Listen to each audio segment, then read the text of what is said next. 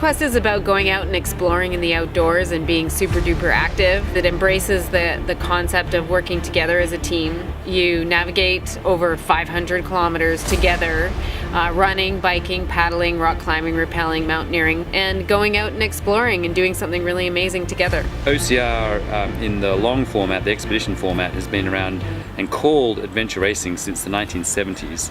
And way before that in the military versions back into the 1940s. So it's not really new, but what is new is media. So what we can do and what we are doing is we're putting together these pieces so that it brings exposure and sponsorships and money, which ultimately helps the athletes. Adventure racing got started with the Raid Gauloise in France, and then it kind of emigrated to different countries. The fact that you can kind of create this connectivity between the different disciplines of human power.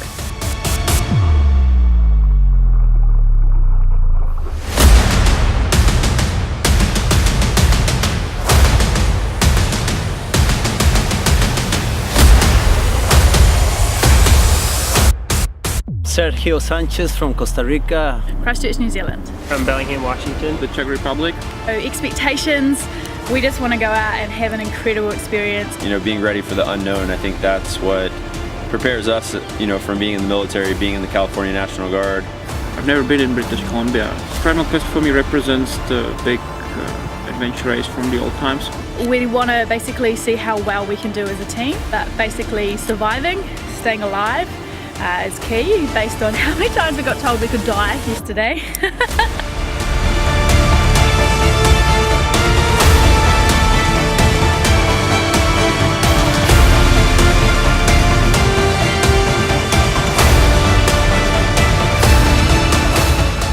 Adventure racing is really taking people out and being challenged by Mother Nature, and obstacle course racing is going out and being challenged by these obstacles that are created. But those are actually very similar. That type of philosophy is very much the same. And it's really what people are able to go out and handle, or at least what they want to go out and discover. So they want to evolve from obstacles and obstacle course racing in a small area to going out and discovering more in nature and being challenged more by what Mother Nature has to offer. I highly suggest that, you know, anyone from the obstacle course racing world come over to adventure racing. It's very applicable. We're out there, you know, in mountains in the same terrain that we are. You find different obstacles, being at, you know, different events, either biking, kayaking, land navigation, but it's all very applicable to what we do in OCR, just maybe not as fast of a pace, unless you're out there doing events like Iceland 24 Hours, Agoge, World's Toughest Mudder, etc. I think as each sport feeds off one another, it just opens up even more doors for opportunity for the sport to develop and to grow. I think people would be surprised to know that Stephanie Bishop, as an example, was an adventure racer or an expedition racer, went to World's Toughest Mudder and won. Jenny Tobin, who won the first Spartan World Championships, was an adventure racer. And then Robert Killian, who, as people know well, is also an adventure racer. He was at the Primal Quest this year and their team came third.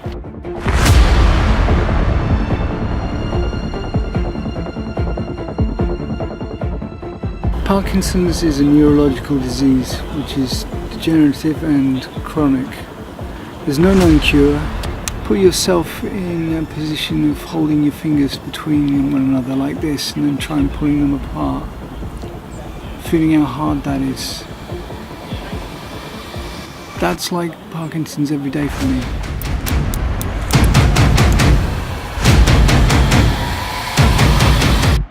If you get an opportunity, you have to seize it with both hands and take it as far as it will go, and that's what I've done with Primal Quest.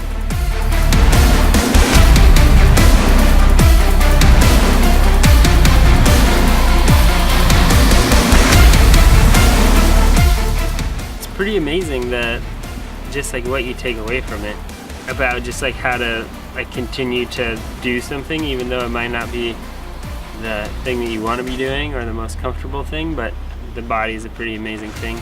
We work like a team. It's very important because it can be dangerous. You and your team just with a map trying to find a way. You suffer a lot. You are hungry, you are sleepy. What I learned is that there's a special way to get people to move along and get going again, and that like sometimes I use the wrong tactics and made people mad or irritated. And I think that's true like in your workplace and in your home life and for a race too. It's just that level of tactfulness to make things work. And it's a really special skill, and when you see someone do it right, you're like, whoa, that was really good. And then sometimes you hear yourself, and you're like, oh man, they're gonna kill me right now. Understanding that you can go for 6 days non-stop racing with so many variables around, with a team that you're dealing with 4 people who's tired, hungry, not sleeping, cold. You have to be really stubborn, I think is the word. So adventure racing for me taught me how to separate the feelings from the body and taking sometimes the mind to another place. You're gonna find adventure racing fun and satisfying, and it doesn't matter if you're winning it or in the middle of it. I think humans are wired to do endurance things. Well, it's a pretty special thing to be able to go out and do an expedition together in a team of 4. You know, our philosophy is to get people inspired to go out and experience things together, collectively as a team, but push yourself to the edge and really come out of it on the other side, a transformed person. Do I stand on the bow of the boat and let the waves break over me, or do I take control of the tiller and ride out the storm as best I can, taking control? For all the teams that we race in this sport, the main thing is to arrive to the finish line. They've had the experience of a lifetime. They've been able to go out, be cut off from all of technology and you know, all the stresses of everyday life, and just focus on the minutia of one step in front of the other, thinking about what we have to get done today to not only, you know, move forward, but to survive in this environment.